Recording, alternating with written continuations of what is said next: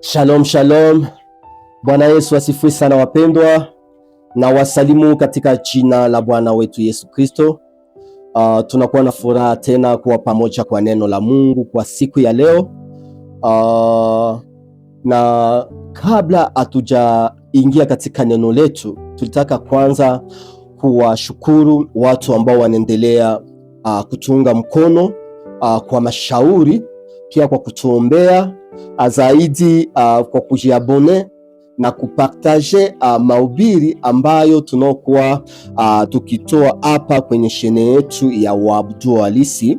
Bwana awabariki sana. Na kwa majina ya kipekee, mimi ni mwinjilisti kwa Bene Delphin, na tunawakaribisha tena kwa neno la Bwana la siku ya leo.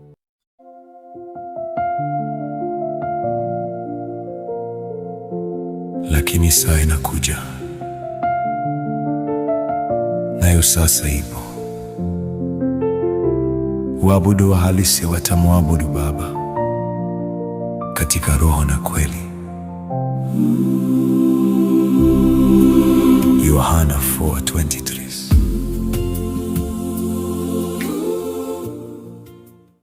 Na siku ya leo tutakuwa tukizungumzia juu ya neno ambalo linalosema bivunja moyo katika safari ya mafanikio. Jina la Bwana na lipewe sifa. Basi bila kukawia, acha tusome maandiko matakatifu katika kitabu cha Wafalme wa Pili sura yake ya 2 na mstari wake wa 9. Maandiko matakatifu yanasema hivi, tunasoma kwa jina la Yesu Kristo.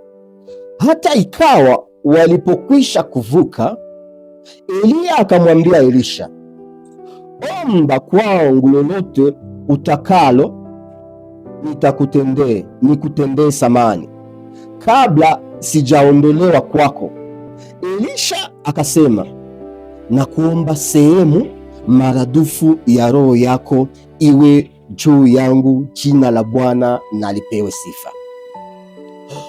Ndio wapendwa, kama jinsi nilivyosema mwanzo, kwa siku ya leo tutakuwa tukizungumzia juu ya neno ambalo linalosema bivunja moyo katika safari ya mafanikio. Na katika maisha ya kawaida, ili mtu afikie mafanikio, kuna kuwaka safari ndefu ambayo unafanyaka. Kuna kuwaka vipindi mbalimbali ambavyo unavipitiaka. Kuna kuwaka maexame mbalimbali ambayo unaipitiaka ili uifikie mafanikio yako, na unapashwa vumilia hizo maetape zote ili ukamilike, ili utakapofika katika mafanikio uwe mtu ambaye unakamilika. Bwana Yesu asifiwe sana. Usikuwe mtu ambaye utakuwa na rukia maetape. Usikuwe mtu ambaye utakuwa na haraka maishani mwako, kwa sababu banasemaka haraka haikuwake na baraka. Bwana Yesu asifiwe sana. Nakumbuka zamani tulikuwa tukisema kwamba yasho amalizake filme. Kwa hiyo kitu ambacho nitaka kusema hapo, unapashwa respekte vipindi vyote vya maisha, kwa sababu katika hiyo vipindi, katika hiyo njia ya kufikia mafanikio yako, unakutananaka na vitu vya mingi ambavyo vitakavyo kuvunja moyo. Unakutananaka na watu wengi ambao watakao kuvunja moyo, lakini wewe unapashwa kuwa na determination kwa vile vitu ambavyo uko na vitafuta, kwa hiyo mafanikio ambayo uko nataka uifikie. Bwana Yesu asifiwe sana. Kwa hiyo maishani mwetu tunapashwa kuwa na kitu ambacho tunachokiita kurespekte maetape ya maisha. Maisha inaendaka pole, maisha ikuwake haraka. Unapashwa respekte vipindi vya maisha ili ufikie mafanikio yako. Bwana Yesu asifiwe sana. Na mahali ambapo tulipopasoma katika kitabu cha Wafalme wa Pili sura yake ya 2 na mstari wake wa 9, hizo ni habari za Eliya na Elisha. Eliya alikuwaka kama baba wa imani wa Elisha, na siku moja Elisha akagundua ya kwamba Mungu atamchukua bwana wake Eliya, naye akasema, leo sitamwacha, popote kwenye atakuwa naenda nitakuwa na mimi namfuata. Na maandiko matakatifu inasema kwamba Walipokuwa wakitembea, Eliya akamwambia Elisha, utanichungia hapa kunakuwa nafasi ambapo ninaenda na hatutaenda na wewe. Elisha akamwambia, bwana wangu, nakusihi leo sitakuacha, tutaenda na wewe. Maandiko matakatifu inasema ya kwamba walipofika fasi nyingine, Eliya akamwambia Elisha, sasa utanichungia hapa, kuna nafasi ambapo Bwana ananituma huko Bethel na hatutaenda leo pamoja. Elisha akasema, bwana wangu, nakusihi leo nitaenda na wewe, usiniache. Na maandiko matakatifu inasema kwamba wakaendelea na safari, na walipovuka ngambo, Eliya akaona huyu mtu iko na determination, huyu mtu siko na mvunja moyo, malgre nisa mwambia vya mingi, lakini ni kama iko na determination kwa kitu ambacho iko natafuta. Eliya akamwambia Elisha, kisha kuona Elisha iko na determination anaendelea kumfuata, akamwambia Elisha, niambie kitu kimoja ambacho nitakufanyia kabla sijachukuliwa na Mungu. Na Elisha akamwambia, ndio mahali ambapo tulipopasoma, akamwambia kwamba mimi nahitaji tu roho yako mara pili, roho yako iwe juu yangu mara pili. Bwana Yesu asifiwe sana. Na Eliya akamwambia, unaomba kitu kigumu, lakini ukiona wakati nitachukuliwa na Bwana, hii kitu utakipata. Bwana Yesu asifiwe sana. Na hapa ninaona kunakuwa vitu viwili.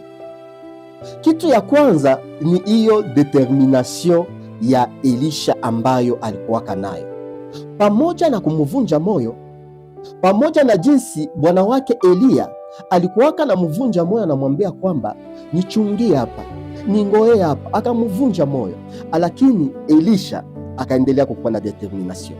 Pale nitaka kusema nini? Ndugu mpenzi, unapaswa kuwa na determination mu vitu ambavyo unafanya. Usikuwe mtu ambaye utaweza anzisha projet leo, ukikutanana tu na watu 3-4 wanakuvunja moyo, unapita unatoka mwa hiyo projet. Hiyo sio vizuri. Unapaswa kuwa na determination mu vitu ambavyo uko navyo. Kama ni masomo, kuwa na determination. Kama ni uchuruzi, kuwa na determination. Kama ni huduma, kuwa na determination. Watu wasikuvunje moyo, endelea kukuwa determine mu vitu vyako. Bwana Yesu asifiwe sana. Kitu ya pili ambayo Eliya aliambiaka Elisha ni kusema, ukiona wakati ambapo nitachukuliwa na Bwana, utapata kitu ambacho unachokihitaji. Bwana Yesu asifiwe sana. Hapo tutaka kusema nini? Ama hapo kuna kwa ufunuo gani?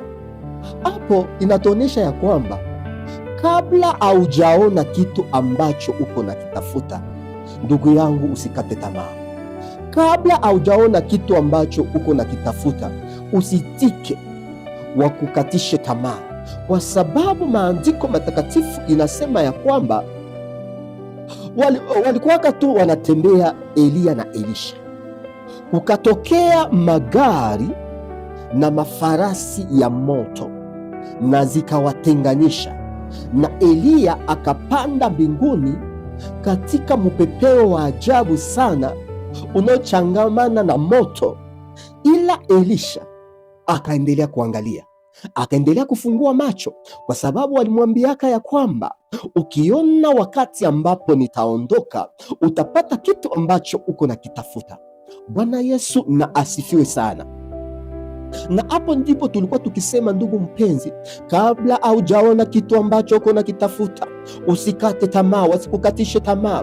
Endelea kuamka mapema, endelea kutumika, endelea kutafuta watu huku na huku ambao watakao kukusaidia ili uone kile kitu ambacho uko na kitafuta. Maana maandiko matakatifu inasema, tafuteni nanyi mtapata, ama tutaweza sema nanyi mtaona. Endelea kutafuta ndugu mpenzi, nawe utakiona.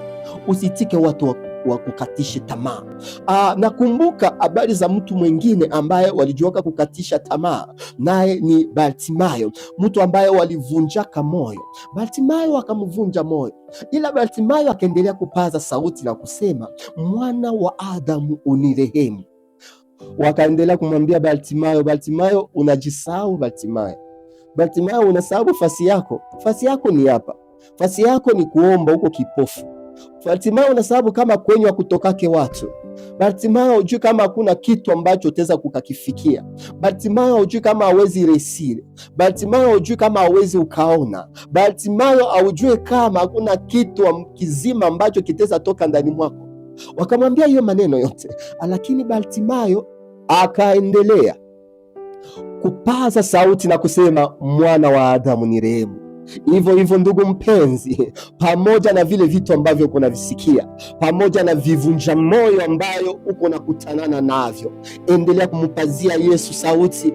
Hata kama uko naomba, hata kama unaendelea kwenda kanisani, hata kama unaendelea kufunga vifungo vya maombi, lakini hauko naona kitu, aone matokeo yoyote, na watu wanaendelea kukuvunja moyo, lakini endelea kupaza tu sauti yako. Usikate tamaa, maana Bartimayo aliendelea kupaza sauti yake na Bwana akamponya, na Bartimayo akaanza kuona. Nawe utaanza kuona, ndugu mpenzi. Kunakuwa vitu ambavyo utaanza kuona. Kunakuwa mahali ambapo ulikuwa umekwisha kawia au kuona kitu, lakini tangu leo utaanza kuona kitu kipya. Bwana Yesu asifiwe sana. Kunakuwa mtu mwingine ambaye ni Yairo. Yairo akamkujia Yesu akamwambia, Baba, mtoto wangu nyumbani, binti yangu anaenda kukufa, iko katika hali ya kukufa, na kusii Baba, njoo nyumbani umwombee mtoto wangu na apate uponyaji. Na Yesu akasikia maombi ya Yairo, na wakaanza safari, wakaelekea kwa Yairo. Na walipokuwa njiani tu wakielekea, kukakuja na watu wakamwambia Yairo, hapana kumsumbua mwalimu, usimsumbue tena mwalimu, mtoto wako tayari amekwisha kufa. Lakini Yairo akaonesha imani, akasema ya kwamba pamoja na kunivunja moyo yenu, ninajua niko na Yesu najua niko na Yesu, na Yesu tu akifika, hata kama alisa kufa atafufuka.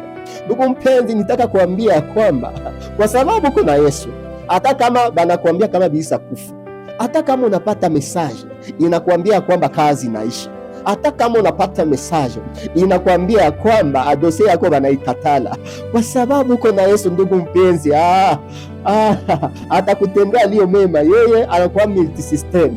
Hapa kukifungana anafungua nafasi nyingine, hii njia ikikatala hii nyingine inaitikaka. Bwana Yesu asifiwe sana, ndugu mpenzi. Kwa hiyo usikwe nasikiliza vivunja moyo, endelea kumtazamia Yesu, endelea kumwangalilia Yesu, naye atakutendea yaliyo mema. Usitike vivunja moyo wa kuvunje moyo. Nakumbuka wengine habari ya Ana. Ana alikuwa akitoka kila siku Shilo, anakutanana na maneno ya Penina, anamvunja moyo na kumwambia ya kwamba mbona unaenda kaomba kila siku, lakini hatukuona matokeo. Mie tu ndio niko na watoto, wewe hauna kitu. Ikakuwa navunja moyo sana Ana. Na siku moja Ana akadeside, akakuwa determine, akasema leo nitaenda Karmel, nitaenda leo nimiminikie Bwana, nitoe roho yangu kwa Bwana, Bwana nitendea aliyo mema. Unajua kuna kwa maombi zinakuwa zinapishana. Uko maombi ambayo utaweza omba, uko naomba na hauna precision, uko naomba na hauna determination. Lakini hii siku Ana aliendaka na determination, akaenda akaomba, na mpaka nguvu za kusema hata zikaisha, akaanza kupiga tu midomo.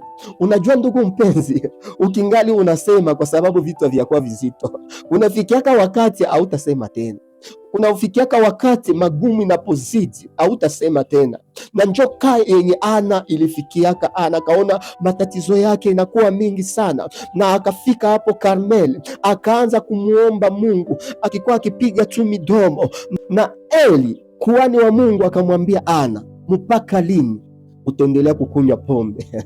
Ana akasema, Bwana wangu, sijakunywa pombe, nimekuja kumimina roho yangu mbele zake Bwana, nione kama nami Bwana atanitendea kitu leo. Na Eli akamwambia, Bwana akutendee sawasawa na haja ya roho yako. Ndugu mpenzi, kwa sababu unaendelea kushikamana na Yesu Kristo, kwa sababu unaendelea kumtegemea Yesu Kristo, kwa sababu au kusikia au kusikia maneno ya watu ambao wanaokuvunja moyo, kwa sababu au kusikia watu ambao wanaokurudisha nyuma, maana au kusikia watu ambao wanaosema kwamba hautafikia kile ambacho unachokuwa ukikitafuta. Bwana na ajibu haja ya moyo wako. Bwana akutendee yaliyo mema. Bwana na aende mbele zako na afanye njia mahali ambapo hakuna njia. Bwana aende mbele zako na abomoe hizo milango za vyuma, na mapenzi ya Bwana ambayo ni mema iingie ndani ya maisha yako. Mahali ambapo panapokuwa milima na zishushwe, mahali ambapo panapokuwa mabonde maishani mwako, Bwana na apasawazishe, uishi matendo makubwa ya Bwana, maana au kusikia bivunja moyo. Bwana apewe sifa sana wapendwa. Basi wapendwa, acha kwa siku ya leo tumshukuru Mungu kwa lile ambalo ametuzungumuza, na neno hili na lizae matunda ndani ya maisha yetu. Tuwe watu ambao hatutasikiliza vivunja moyo, bali tutaendelea kumwangalilia Kristo, na Kristo ni tumaini ambalo lisiloaibisha. Amen.